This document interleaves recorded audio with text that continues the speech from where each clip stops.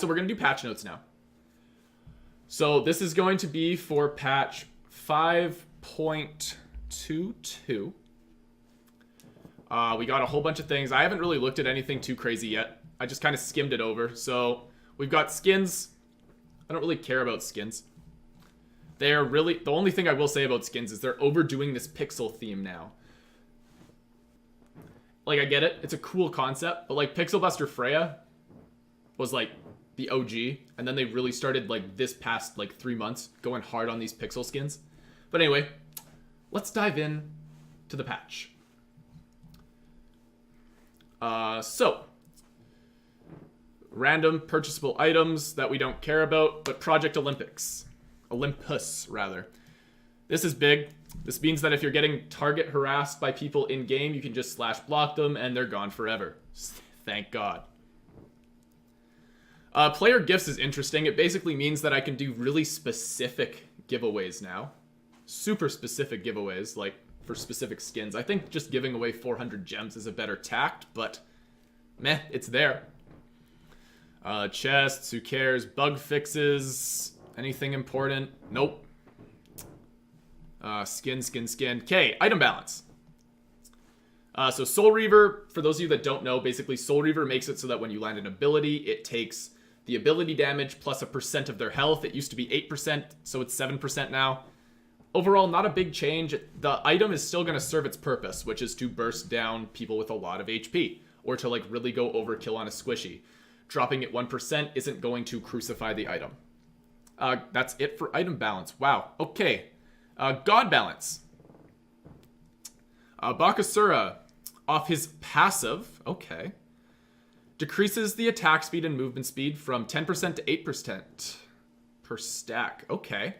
This is more of an early game nerf, and I'm okay with them nerfing Bakasura's early game. This character's AIDS. So, Bakasura, right now, 30% was a lot. 24, he's going to feel it early game, but late game, the character's still the character that he is. He's still going to be a pub stomp god. He's still going to run at you and make your life miserable, but his early game is going to be a little less potent, but it's a step in the right direction. Bastet. Decreased cooldown on her main clear ability from 15 to 13. This is a good change. This actually puts her in line with a lot of the other assassins.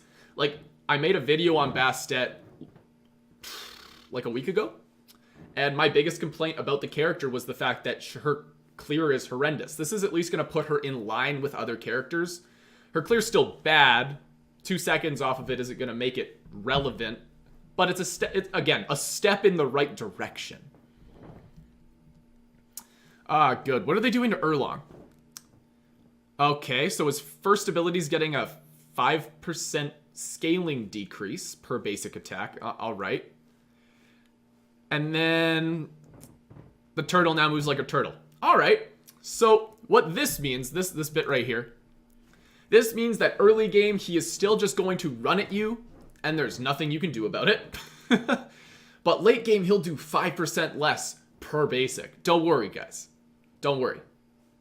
Like, I guess it's something, but it's not going to affect the early game. And Erlong's early game, where he can, you know, gank by just running up, pinning, blink, knock up, stuff like that, that's where Erlong's at his strongest. So, without saying it too much, like, it's a small step, like a tiny baby step in the right direction. This is interesting, though. Making the turtle move slower. I think that's neat. I mean, it makes sense, right? He is a turtle. Freya. They took 5% scaling away and made it have 4 less damage for a ranged power bonus. So that means per like 5 autos, you're going to be losing about like 20 power. If you extrapolate that, that's not a huge difference. It affects her early game, which is already shit. So I guess they're just overcompensating for the fact that her late game's insane by making her early game even weaker, which I'm okay with. I think Freya's like, she deserves to be strong. I wish they'd bring back old Freya, and because old Freya like had her applications and the character was fun. This Freya's just like, oh, I'm gonna look at you, kill you, and then laugh at you. But hey, it's something. Mercury.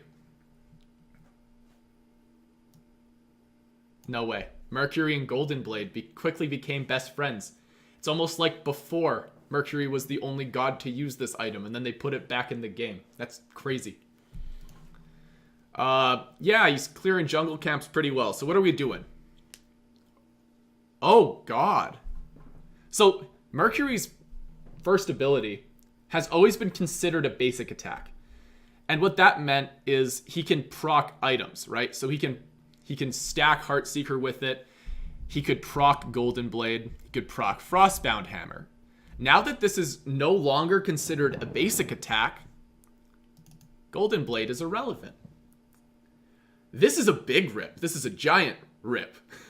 But thank God, because Mercury's horrible to play against. He's the biggest feels bad character to play against, because what this character would do is he'd one-shot every camp, just run around the map super fast, be 3 levels up on you, and then go right in a crit, gank your lane, hit you twice in 2 seconds for 500 damage each, and then you die, and it's just never frustrating. Or, it's always frustrating. Mercury is super fun to play for those reasons, but to play against, bad. This is going to change things. For instance, I'm not going to ban Mercury in ranked until I see like what these applications are like. This is going to hurt his farming, but he's still going to rush Golden Blade. And then he's, instead of using Major Look on camps, he's just going to walk up and pop the middle camp in the nose, and it'll clear it the same way. I'm curious. This is a change that I have my eye on. I like this change. What do we have for Pele? Pele, arguably the only god that is stronger in team fights than Mercury, in my humble opinion. This character does a lot, and she does it all super well. Okay, so what they're doing is not a whole lot. They're increasing the cooldown on her passive, and they're reducing its lifesteal by 5%. So what this means, and this means nothing basically, because you're still going to be building into your Soul Eater. And yeah, this change here, it's 5% nerf, but that's not too relevant. This change means absolutely nothing, because at no point do you think, oh, I'm going to wait 20 seconds and then re-engage when I have my passive up. You're using your passive in the fray, and then it's helping you get out or finish a target. You aren't, like, this maybe hurts her a bit from solo lane, because that's the only time I've consciously thought, when's my Pele passive going to be active? But, like, from jungle, So Pele's still fucking strong. And Sylvanas gains 5 movement speed. Ymir gains 5 movement speed. Ymir's now a speedy boy. And, oh wow, so Shards of Ice is now slowing for a little bit more. You're actually going to feel this. You felt a 30% slow, but you're really going to feel a 40% slow. That starts to be really noticeable. Really noticeable. All right, and that's the patch. I'm going to upload this little clip segment to YouTube for those of you that weren't able to make it to live stream. If you guys have any questions about it, leave it in the comments if you're on YouTube, or if you guys have any questions in Twitch chat right now, let me know, and I will answer them. But yeah, this is the summary, in my opinion, for patch 5.22, which should come out on Tuesday.